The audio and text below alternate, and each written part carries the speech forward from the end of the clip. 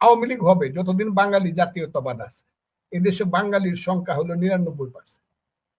মুসলমানের চেয়েও বাঙালি এদেশে বেশি, কারণ তো সমস্ত মুসলমান ৯৯%, বাঙালি তো আছেই। এর বাইরে হিন্দু যারা আছে ৯% বা ৮%, এরাও বাঙালি। কাজে ৯৯% বাঙালি আছে। ৯৯% বাঙালির একটা দল থাকবে না, এটা কে কইছে আপনাকে? দলটা কিছুদিনের জন্য লুকায় থাকতে পারে, স্থগিত থাকতে পারে, পালায় থাকতে পারে, কিন্তু দল তো একদিন হবেই। বাঙালির দল হবে, সেটা আওয়ামী লীগ নামে না হোক। আওয়ামী লীগ নামটা আওয়ামী হলো উর্দু, আর লীগ হলো ইংরেজি, একটা বাংলা নামে হইতে পারে, হবে না কেন? যে দলটার মূল কথা হবে আমি বাঙালি, তুমি কে আমি কে, বাঙালি বাঙালি।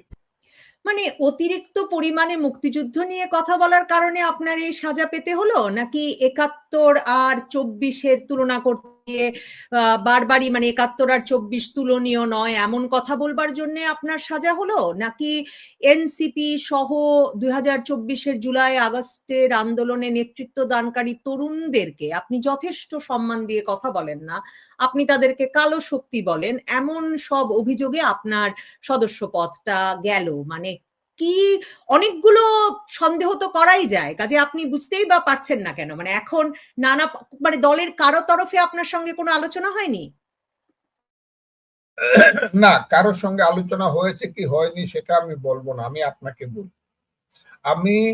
আমার কাছে মনে হয়েছে মুক্তিযুদ্ধ তো শুধু আমি একা করি নাই, বাংলাদেশের তৎকালীন ৭.৫ কোটি মানুষ মুক্তিযুদ্ধের সঙ্গে ছিল। অস্ত্র হাতে যুদ্ধ করেছে মুক্তিযোদ্ধারা, কিন্তু সমস্ত মানুষ তাদেরকে সাহায্য করেছে।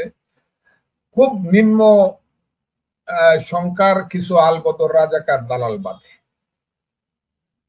কাজেই বাঙালি জাতি মুক্তিযুদ্ধের পক্ষে ছিল সেই সময়, এটা সত্য।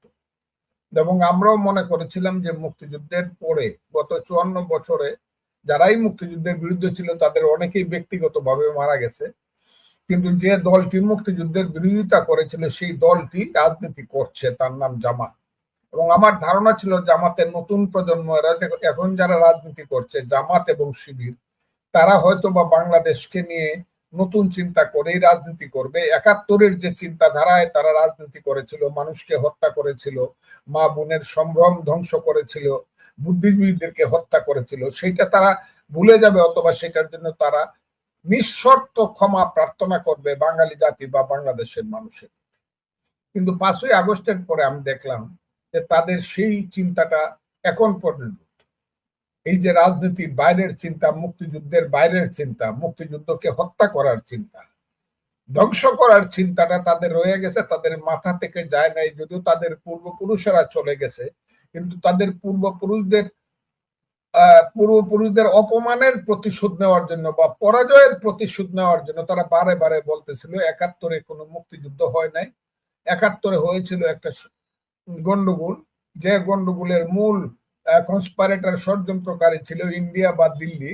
আমরা সেই কারণে মুক্তিযুদ্ধ এটাকে বলে না, মুক্তিযুদ্ধ ছিল ৪৭ এবং শেষ মুক্তিযুদ্ধ হলো ২৪। তখন থেকে আমি ফাইটটা করতেছি, রাজাকারের বাচ্চা, আলবদরের বাচ্চা বলে, যে না, এখনো মুক্তিযোদ্ধারা জীবিত আছে, যদি এই কথাই বলো তাহলে আবার কিন্তু যুদ্ধ হবে, দেশে একটা রাজনৈতিক যুদ্ধ।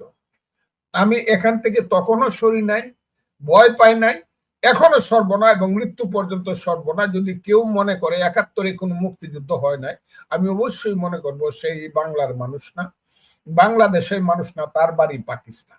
আর এই আন্দোলনের উপরে ভিত্তি করে অন্ধকারের শক্তি, কিন্তু আমি ছেলেদেরকে বলি নাই, আমি বলি অন্ধকারের শক্তি বলি জামাতকে, এখনো তাই বলছি। আমি এর থেকে একটুও সরছি না, যে পর্যন্ত জামাত ক্ষমা না চাইবো যে এই দেশে তারা যা বলছে এবং করছে এবং তাদের পূর্বপুরুষরা যা করেছিল এটা ভুল, সেই পর্যন্ত আমি তাদেরকে অন্ধকারের শক্তি বলবো। ছেলেদেরকে আমি বলছি সেই শক্তির মুখপাত্র, তারা তাদের কথায় চলে, সুযোগ সুবিধা মতো চলে, এবং জামাত শিবির তাদেরকে কাজে লাগিয়েছে। কারণ ছেলেরাই নিজেরা তাদের মিটিং এ দাঁড়িয়ে, তাদের কাউন্সিলে দাঁড়িয়ে বলেছে যে আন্দোলনের ভ্যানগার্ড ছিল জামাত এবং শিবির। কাজে আমি মনে করি ৫ই আগস্টের পরে আমরা যারা গণতন্ত্রের জন্য, ভোটের জন্য সংগ্রাম করতেছি, ২৬ সনের ১২ ফেব্রুয়ারির মধ্যে ভোট হোক সংগ্রামটা যারা করতেছি, তারাই এক রকমের আন্দোলনের চিন্তা করছি।